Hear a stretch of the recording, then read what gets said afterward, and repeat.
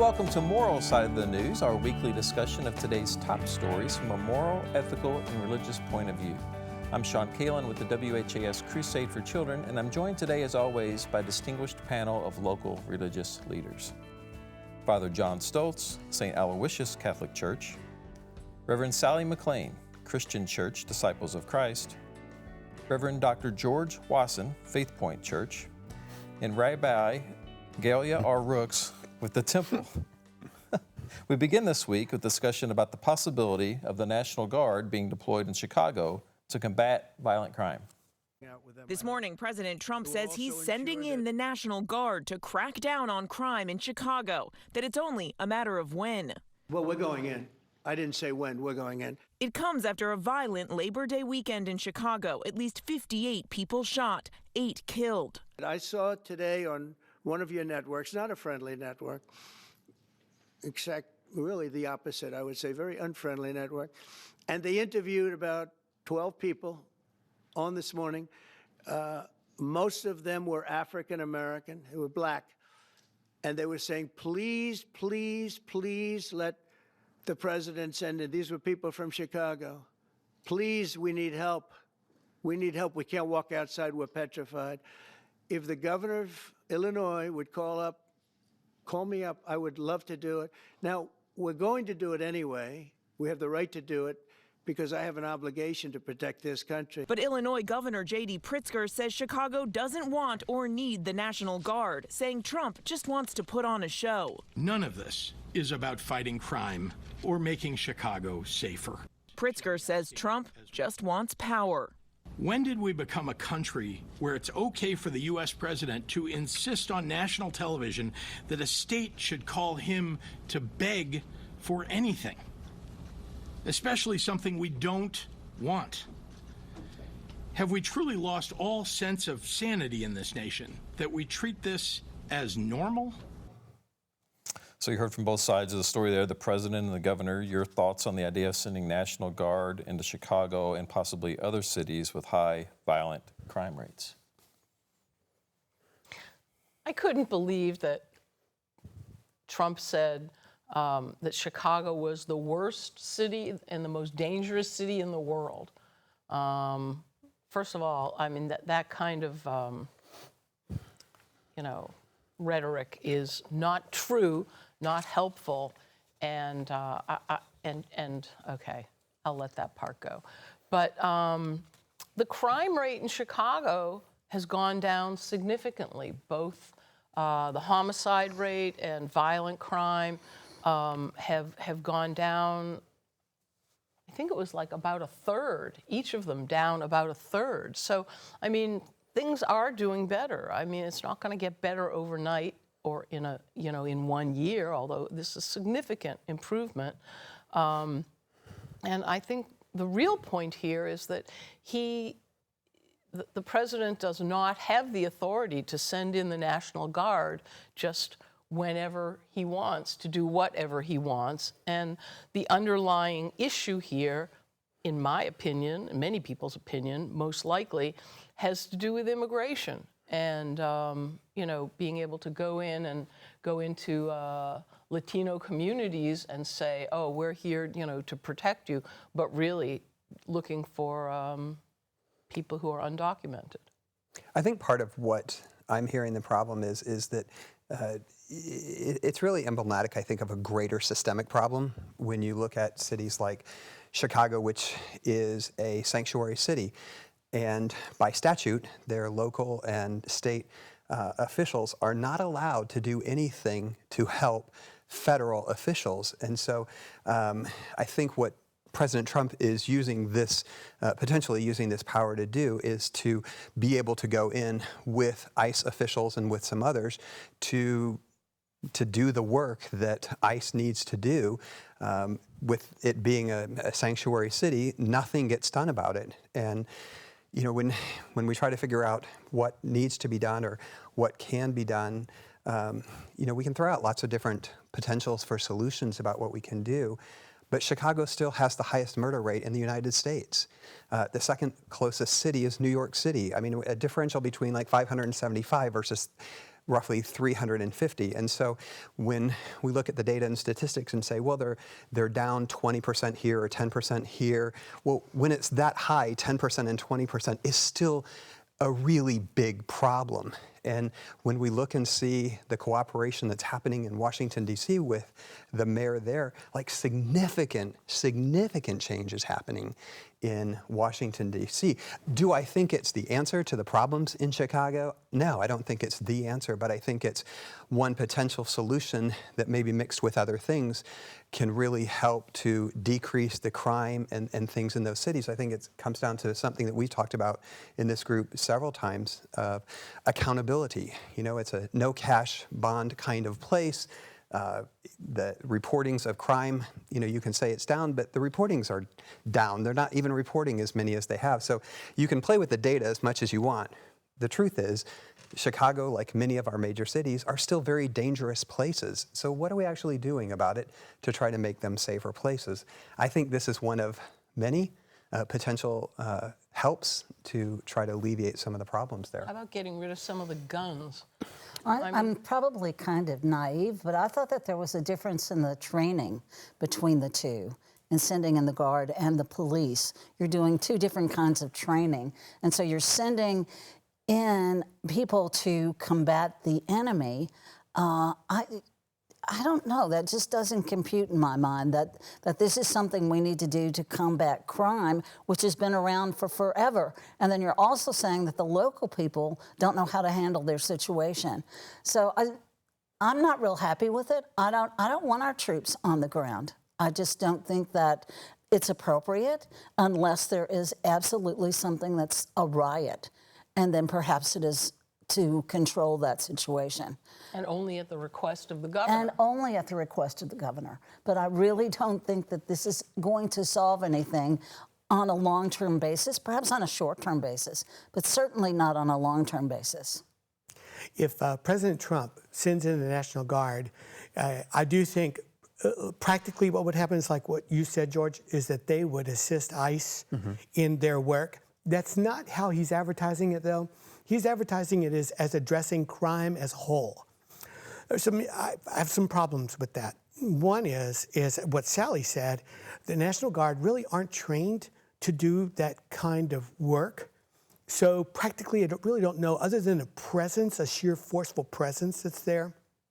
The other thing is that he's sending them in without invitation, as was also mentioned, and there's not much precedent for that in our history, especially of a president using its military against its own people here in the United States. And so then, what I think is he's using this to political advantage, and that is among his base and among even independents, and even those even opposed to him.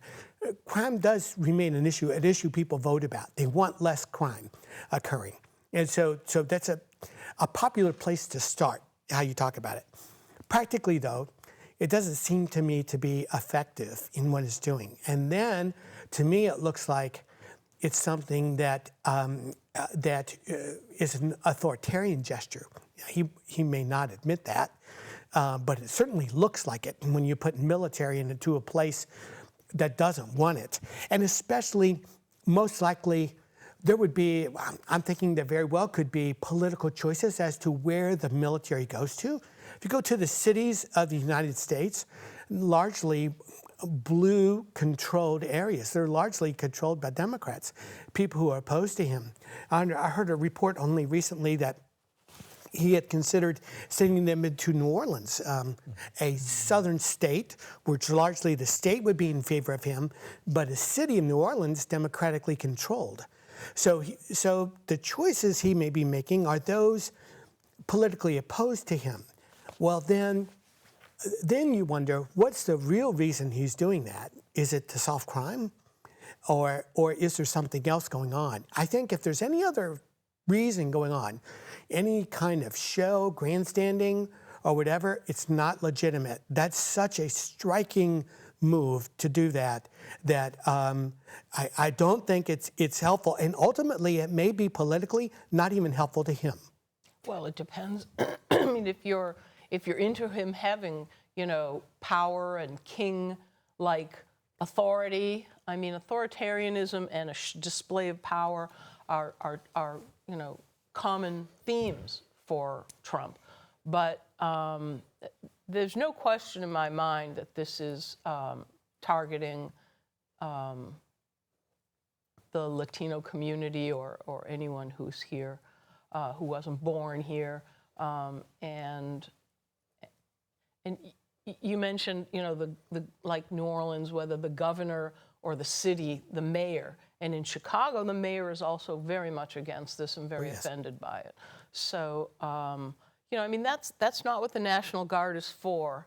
And bringing troops in on American soil when they are not requested is, in my mind, is just a recipe for more violence. And as I just threw in when you were saying something, George, if we want crime to go down in this country, violent crime to go down in this country, we need to start addressing the guns. I think last week on the show, the panelists talked about the tragic shooting at a private Catholic school during Mass, and they don't have that in Europe, that kind of gun violence, and other countries, other modern countries. And I'm not saying there's none of it, but if only we could really address the gun issues and have much stronger penalties for people who break the law when it comes to unregistered guns, people without training, things like that. We would be addressing one of the larger reasons that children in this country die, and young adults, and this is not the answer. Obviously, our perspective on President Trump on this panel it has always been different, and we're not always in agreement over this. But one of the things I'm thinking about, again, I'm not saying that deploying the troops to Chicago is the answer, but is it part of an answer that even in the short run, it can be implemented to be able to do other things? Is that legal? If it's brought into to uphold what the federal government is doing, and federal government has to do with immigration and with some other things, or to protect our country. Again, I'm not sure. I don't think he's going to send somebody in if it's illegal. I think there's going to be some avenue that he's able to get the troops in there. But for me, the point really comes down to, if we look at Washington, D.C. as our model right now for what's happening, at the beginning, the president and the mayor, they were at odds with one another. But she has now come out in the last few days saying, it is working great. As a matter of fact, we want the National Guard to stay. There's not a back-end date for when they're supposed to be removed. Washington, D.C. is seeing a significant reduction in violent crime, in carjackings, in the murder rate, all these things. They are seeing like statistically significant changes in what's happening with crime in our capital. Could that be done in other cities in conjunction with, you use the word accountability. I think that's a huge issue. We have talked about that on this panel, is that, are persons really held accountable? Take out just the shooting aspect of it, but are folks really being held accountable for crimes, right? I mean, people know that if they shoplift, for instance, if they shoplift less than $999, they're not going to be prosecuted. They might get a little fine, but they're going to be let go. Or other different crimes that we have to instill consequences and penalties for persons who break the law in our country, so that they know. I think back to the history of the Christian faith, right? When in the ancient world, when persons were crucified, for instance, that wasn't done in the dark, in the side, off to not be seen. I mean, it was done in the major traffic places, and the idea was just not that we want to applaud crucifixion, but it was this is what happens to you if you break laws, if you do things you're not supposed to do. And I think we have a general attitude in our country from lots of folks who, well, the consequence isn't going to be that bad. And George, take a breath. Just take a breath maybe for a some minute. laws need to be changed, but I would rather be a nation of laws than a police state. I see it as a form of intimidation. Absolutely. Over and over again, a form of intimidation. This is what we're going after. And I don't see that's who we are as a country. I just don't, it doesn't compute in my mind. And you just gave a long soliloquy about all the reasons for and accountability. Well, people are accountable to one another, and governments are accountable to the people. So let's hope somehow there's a conversation that goes. But I still see troops on our soil, our troops on our soil, as intimidation. And, you know, for decades, the federal government has assisted local governments with policing. And the kind of aid that they offered, I think, has somewhat been behind the scenes, with the exception of the FBI, DEA, and the Marshal's Office. But I think the aid that the federal government has given may have been intellectual aid, research, intelligence into crime issues.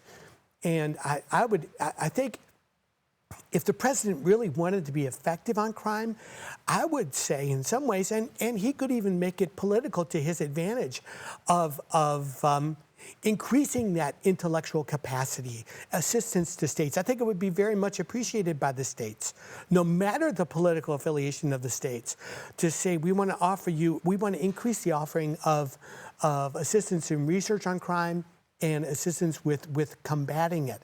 But here it's this issue of using the National Guard as, to me, that I find problematic.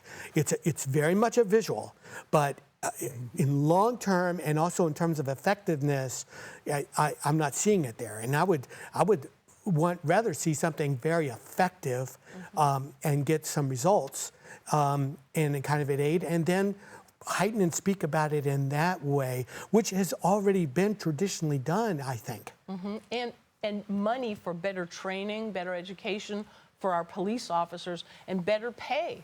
And then more people would want to be police officers. And I don't want there to be a local police state either. But you know, our officers are stretched to the limit, and being able to, you know, have more help and more just, you know, cruisers driving around areas of town, just that is a deterrent. I think that the money that's being spent on having the National Guard here is much better, or in Chicago or LA or wherever, would be much better spent on helping the local police forces, like you were saying.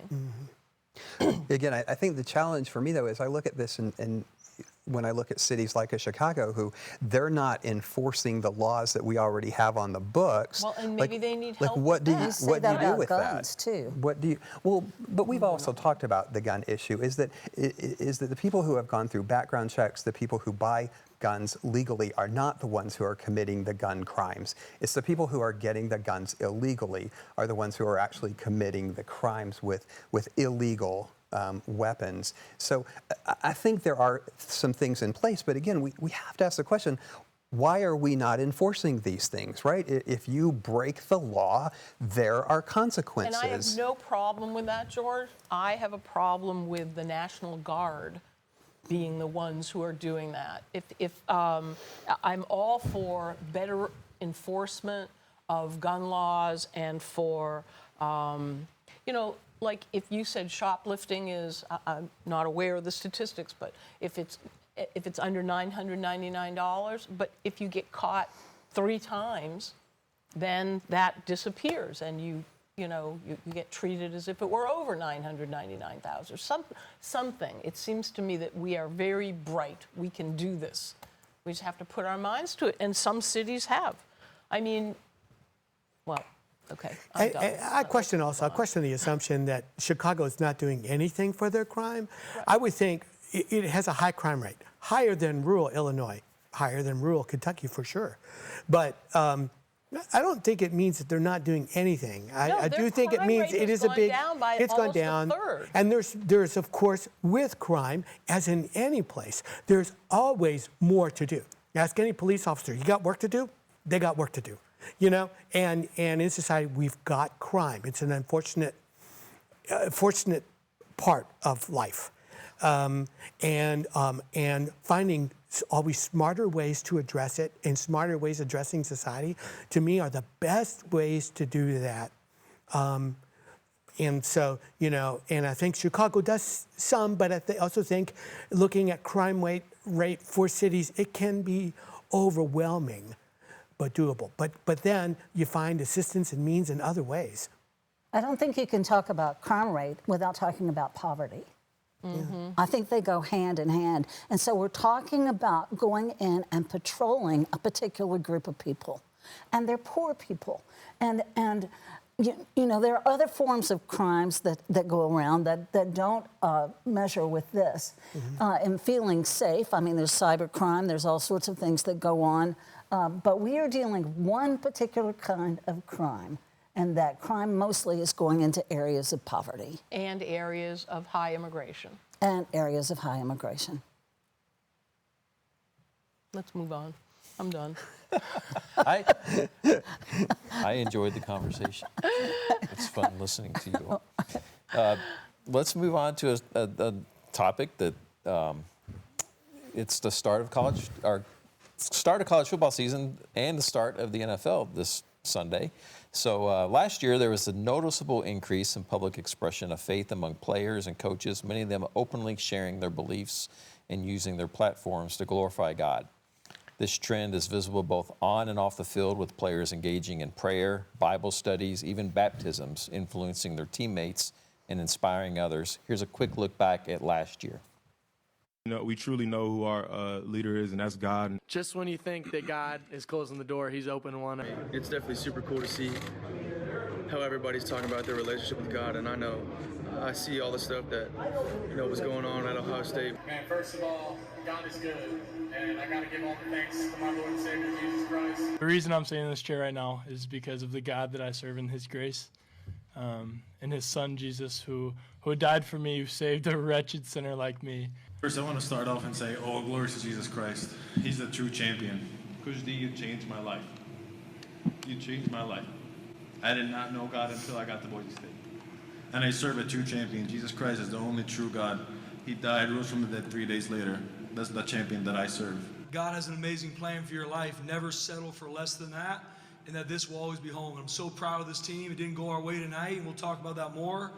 But they reestablished the standard in Boise to be a light on a hill. Shoot, I just started trusting the Lord. I looked up and said, Jesus, whatever your will is for my life, I trust it 100%. And I know that this offense and this team trust in Jesus and his plan for this season. So that was last season, a recap, a significant increase. There were many stories published on the increase in faith among college athletes. And then Super Bowl, there were several stories that came out. The same with the NFL, this being the start of the NFL season today. What are your thoughts on that? Is it only football? No. I mean, it appears to be the most only attention because it has the most eyeballs. Oh, is that it? So and is it okay if they get up and say that they worship Allah or they worship something else, or they're atheist, or, you know, is that okay? Are you asking me? I'm looking because you usually have an answer. So, but I mean, this all seems to be the same thing. It's all a Jesus Christ Christianity kind of thing. So, are we into pluralism as well? That's a really good question, and if this is all, if there's no coercion or pressure or whatever, you know, I think it's a great thing. This is the moral side of the news. The moral issue here is, in my opinion, you know, more faith, more religion, more God is great. If it's not coerced, if it's openly chosen, but on the flip side, and I hate to be a downer on this, the Pew study, which is like the gold standard for, you know, studying these kinds of things, 10 years ago, I think it was 10 or 11 years ago, showed that affiliation and just people, not necessarily affiliation, but religious feelings among our country were really, really significantly down. The largest group were nuns, N-O-N-E-S, meaning I have no affiliation. What is your affiliation? None. And so the new study just came out from Pew following these nuns for the last 10 years, and they are not more involved or faithful or at this point. And there had been hope because the young people, college-age people and stuff have typically been the least involved. But the hope was that the tide had turned, or at least stemmed the tide, and the study shows 10 years later, now these are regular age, I don't want to say, but they are still not affiliating and not involved in religion, even personally, at all. And so I think sports has always been, you think about Tim Tebow and this one and that one, and there's Muhammad Ali. I mean, there have always been sports figures who have been very devout, but it does not seem, according to the statistics, unfortunately, the studies do not show that is spreading across America. We only have a couple minutes left to give everybody else a chance. I see stories like this, and so many of our folks, whether they're politicians or business people or athletes, have a platform. As a Christian, I am convinced that what I heard from those football players that we saw in that clip, I believe that Jesus is the answer to everything that's wrong in our world today. And so if these folks who are Christians can lift up their faith and share that with others, go for it. I'm all for it. I think it's a joyful expression that I see. I'm just a quick read. It is largely evangelicals. We kind of noticed that. I look at that as that is a tradition that is probably most comfortable with speaking in that way, and that may be why that occurs. Catholicism, a little bit less so, maybe other religions, a little bit less so. So that may be why it's spoken in that way. I'm more curious just about in follow-up in time and doing, say, some theological reflection and what exactly does all this mean? I take it as joyful talk. I take it as good talk and all of that. And what exactly are people seeing? And what is it about that faith that's really speaking to them? And in their everyday, not only in these places of exaltation, but also just in the everyday, what is God talking to them about? It interests me a lot. Very good. We'll have to end it there. Enjoy your first weekend of NFL football. Thanks to our panel, Father John Stoltz, St. Aloysius Catholic Church, Reverend Sally McClain, Christian Church Disciples of Christ, Reverend Dr. George Wasson, Faithpoint Church, and Rabbi Gaylia R. Rooks with the Temple. Thanks for watching Moral Side and listening to Moral Side of the News this week. Join us again next week for an all-new show.